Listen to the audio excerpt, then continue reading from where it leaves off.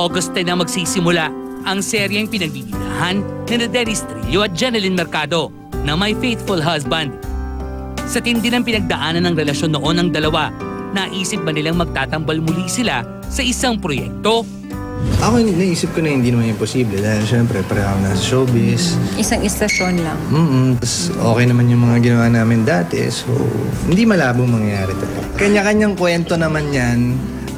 Bawat tao may mga kanya-kanyang kwento and kinagandahan lang siguro nung sa amin, naging maayos ulit. Tsaka na, ano naman yan, depende naman yan sa tao eh.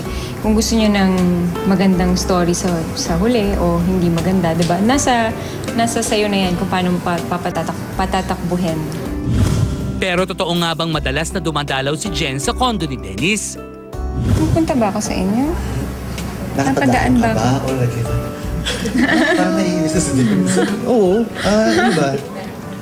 Lumalabas kami at syempre minsan pagka sinusundo ko siya para alis kami, punta ako sa kanya, minsan naman siya punta sa akin, sundin niya ako, gano'n.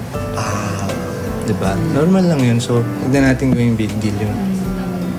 Maraming naniniwala na nagkabalikan na sina Dennis at Jen. Sa mga kilos at salita nila, kulang na lang ay pag-amin sa tunay na estado ng kanilang relasyon. Hindi naman lahat kailangang sabihin diba? Merong mga ibang bagay na iniiwan na lang namin para sa amin. Ganun naman. Wala naman kayong narinig sa akin na kahit ano, diba? Kumbaga, sa lagi ko sinasabi na, basta, hindi, ewan. Ganun lang parating yung sagot ko.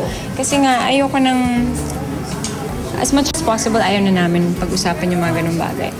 Bahala na sila kung ano isipin nila, kung maglaro sa imaginasyon nila. Basta masaya kami pareho, may bago kami show, kasama kami sa trabaho, tsaka walang problema. Kung ano man ang relasyon ngayon ni Dennis at Jen, nakikita ba nilang for keeps na ito at tatanda silang magkasama? Siyempre gusto ko siya i-keep, no?